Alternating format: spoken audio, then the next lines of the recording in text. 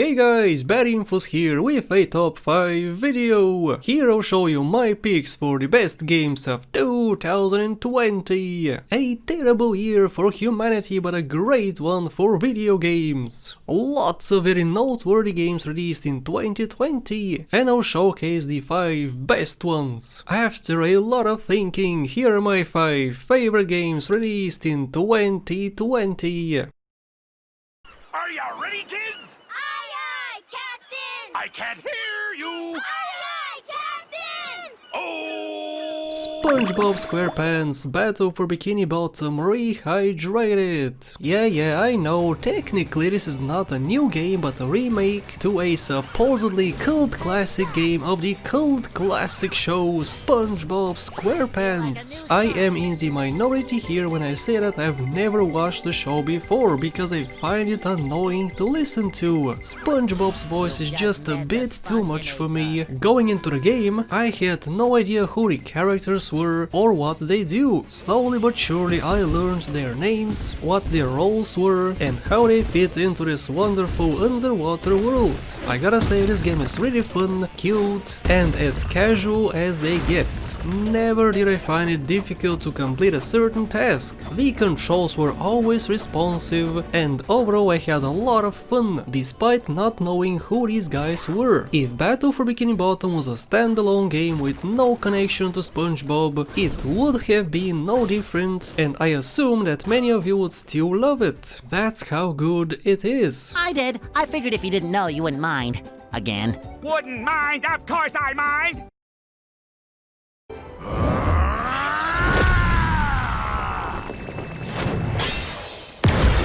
Jack! Samurai Jack Battle Through Time. As opposed to the previous game you saw, I believe that if you have never watched the show Samurai Jack before, you would never enjoy this game. The best way to describe it is a janky mess with okay controls and mechanics done way better in different games such as DMC. Trust me when I say if you don't like Samurai Jack, the show, you would not like this. As for me, I've been a die-hard fan of the show. I watched all 5 seasons more than 10 times, I've played Minecraft Samurai Jack mods, maps, wore a Jack skin, read a lot about the lore, searched around for artwork, read Gendy Tartakovsky's notes, scripts, drafts and so much more. There is no way that I would not have liked this game. I looked past its many flaws just because it's Jack and everyone else from the show. So what do? Slice up robots in half, fight giant monsters, collect coins to use on upgrades, talk to NPCs which is as bare bones as it gets, and a few more things which again are much better done in other games. Yeah, I know I didn't sell you on this one, but I am as biased as they get when it comes to Jack, so don't listen to me for advice. Don't play this game unless you love the show. Somebody's gonna get hurt bad, and our cool's gonna get it back!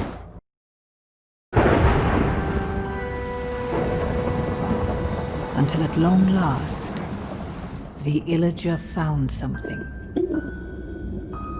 that would change him forever.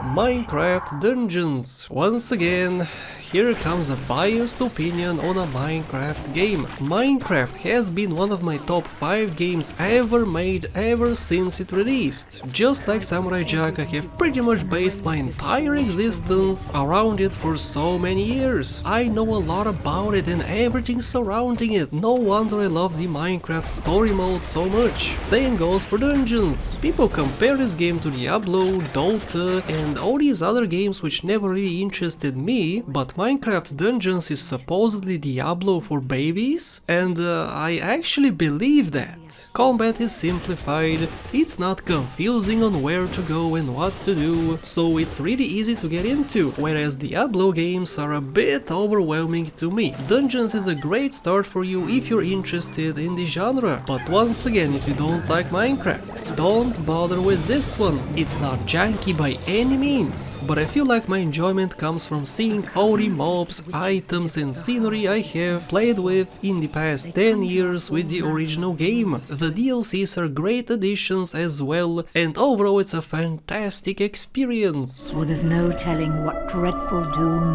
will befall our villager friends.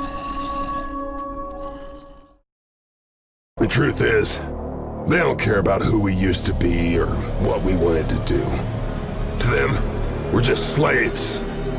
But if they thought this was gonna be easy, they came to the wrong fucking planet. Serious Sam 4. For many of you, this place would be reserved for Doom Eternal. Well, you won't be seeing that game here because for me it was a major letdown.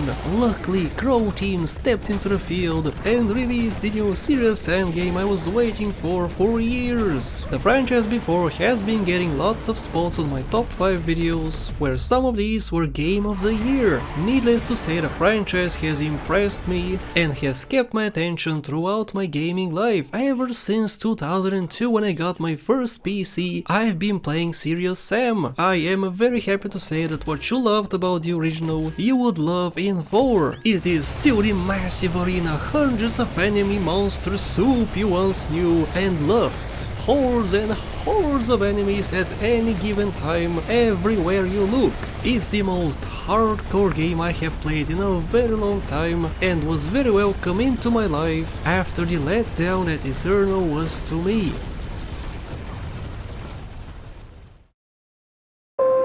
Good morning and welcome to the Black Mesa Transit System. This automated train is provided for the security and convenience of the Black Mesa Research Facility personnel. Black Mesa. Once again a remake takes a spot on this list. But I can't help it guys, Black Mesa is the best remake I have ever seen. Seriously, the developers did a superb job recreating the pioneer game in the FPS genre, Half-Life. Of course, Half-Life took the #1 place in my 1998 list, and here we go again, history repeats 22 years later. This is the same game, which also feels very different in a sense. Gone is the ridiculously bad Zen level at the end of Half-Life. Here it was completely remade from the ground up, with new enemies, scenery, there's a change to the story, new puzzles and parkour elements and much more. It's like a whole new game at the end, which is very welcome because again, I did not like Zen in Half-Life. The improved combat mechanics are also a welcome change, and it makes the gunfights more engaging and require more strategy. I really can't remember anything negative though I had about my playthrough. It was superb through and through. And of course I will replay it again now since the definitive edition is ready.